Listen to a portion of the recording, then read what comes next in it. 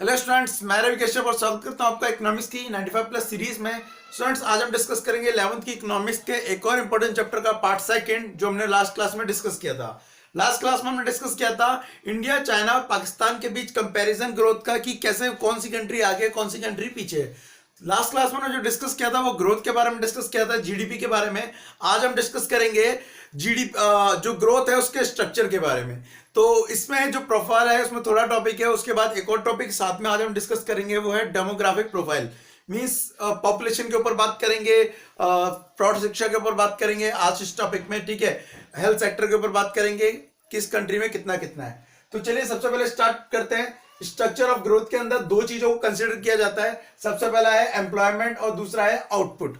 According to your book, जैसा कि इसमें दिखा रहा है, सबसे पहले इसने बताया हुआ है कि 2005, जो भी कुछ सालों पहले की बात है, जो अभी तक आपकी बुक में डाटा है वो 2005 का दिया हुआ है। तो उसमें एम्प्लॉयमेंट और आउटपुट, इन दोनों में अलग अलग सेक्टर में कितना कितना प्रोडक्ट कंट्रीब्यूशन था। आपको बता दूं, इसमें और इसमें दोनों में कंपेयर किया गया है प्राइमरी, सेकेंडरी और टर्चरी सेक्टर का। मतलब कितने लोग प्राथमिक क्षेत्र में लगे थे, कितने द्वितीयक क्षेत्र में लगे थे, कितने सर्विस सेक्टर में लगे थे, और इन तीनों में लगे होने के कारण कितना कितना आउटपुट मिला था। तो आप नीचे देख सकते हैं, आपको नीचे टेबल में के थ्रू दिख जाएगा। क्वेश्चन में दिया हुआ है, मतलब सॉरी टेबल में दिया हुआ है कि जीडीपी इन परसेंटेज, कौन सा जीडीपी का, प्राथमिक इंडिया में 23 और चाइना में 15, पाकिस्तान में भी 23 है। कौन से? एग्रीकल्चर सेक्टर की।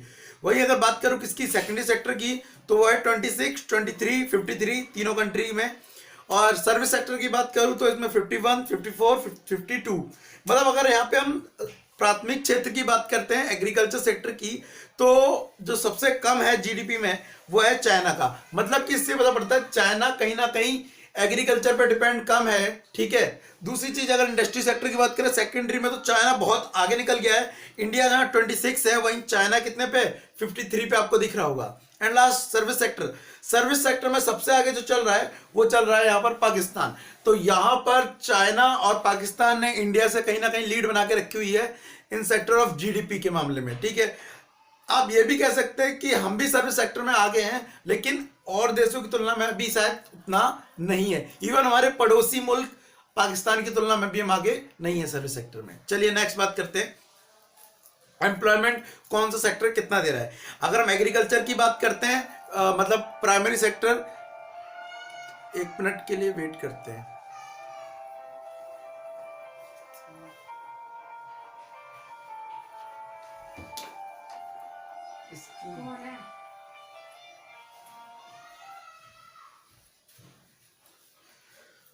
और अगर हम रोजगार की बात करें तो देखते हैं कि तीनों कंट्री में एग्रीकल्चर सेक्टर और इंडस्ट्रियल सेक्टर और सर्विस सेक्टर में कितना कितना हो रहा है।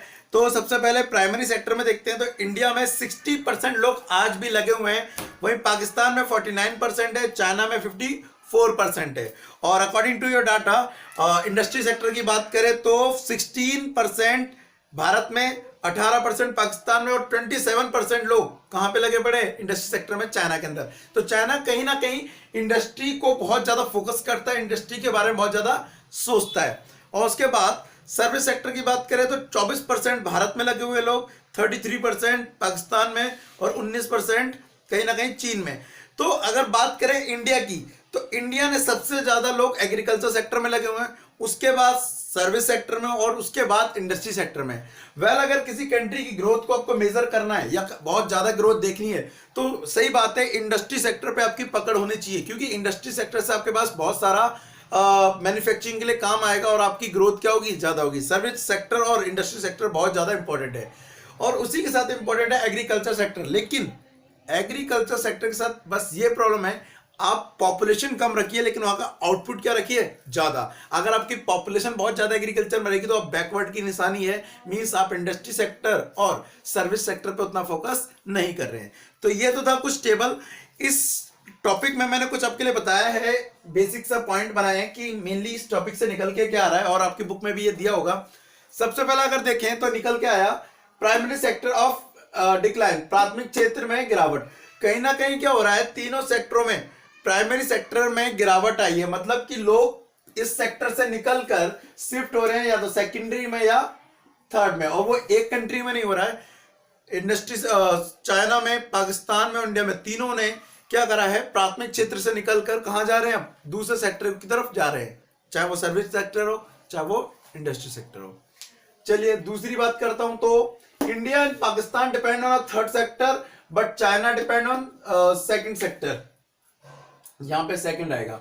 देखिए कहीं ना कहीं ग्रोथ के लिए जो इंडिया और हमारे पाकिस्तान कंट्री है, दोनों सर्विस सेक्टर को बहुत ज्यादा महत्व देते हैं, बहुत ज्यादा इंपॉर्टेंस देते हैं।